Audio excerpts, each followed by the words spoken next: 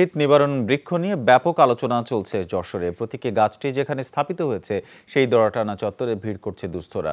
তাদের মুখে হাসি ফোটাতে নতুন বা পুরনো গরম কাপড় নিয়ে সেখানে ভিড় করছে সচ্ছলরাও। মানবতার কল্যাণে এই ধরনের কর্মসূচি সারা দেশে ছড়িয়ে দিতে চান উদ্যোক্তারা। প্রতীকী মহিরুহু নাম শীত নিবারণ বৃক্ষ। প্রকৃতির ভারসাম্য রক্ষায় এর অবদান নেই, কিন্তু অকৃত্রিম এক বন্ধনে বেঁধেছে সব শ্রেণীর মানুষকে, যার ছায়াতলে উষ্ণ পরশ মিলছে হতদরিদ্রদের আর সহায়তার হাত বাড়িয়ে প্রশান্তিতে ভরে উঠছে সচ্ছলের হৃদয়। যশোরের প্রাণকেন্দ্র দড়াটানা চত্বর আসলে মনে করিয়ে দিচ্ছে সেই বিখ্যাত গান, মানুষ মানুষের জন্য।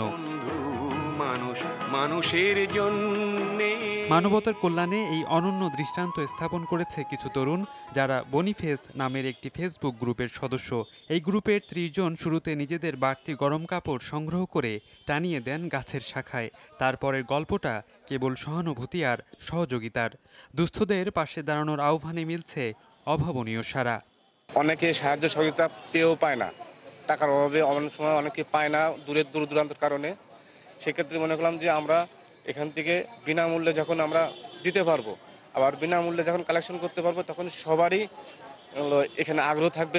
কলেজে পড়া কিছু তরুণের এই উদ্যোগকে স্বাগত জানিয়েছেন স্থানীয়রা। তারা বলছেন, কোনো বিশেষ ঋতুতে নয়, এমন মহৎ কাজে সবার সম্পৃক্ত থাকা চাই সারা বছর। এটা নিঃসন্দেহে অনেক ভালো উদ্যোগ।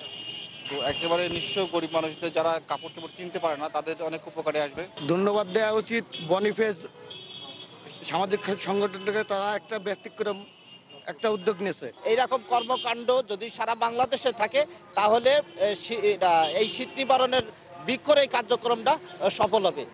শীত নিবারণ বৃক্ষে দেয়া আছে গ্রুপের কয়েকজনের মোবাইল নম্বর। ব্যস্ততার কারণে যারা দড়াটানায় আসতে পারছেন না, ফোন করলেই তাদের কাছ থেকে গরম কাপড় সংগ্রহে ছুটে যাচ্ছেন সদস্যরা। রাকিব খান, যমুনা নিউজ।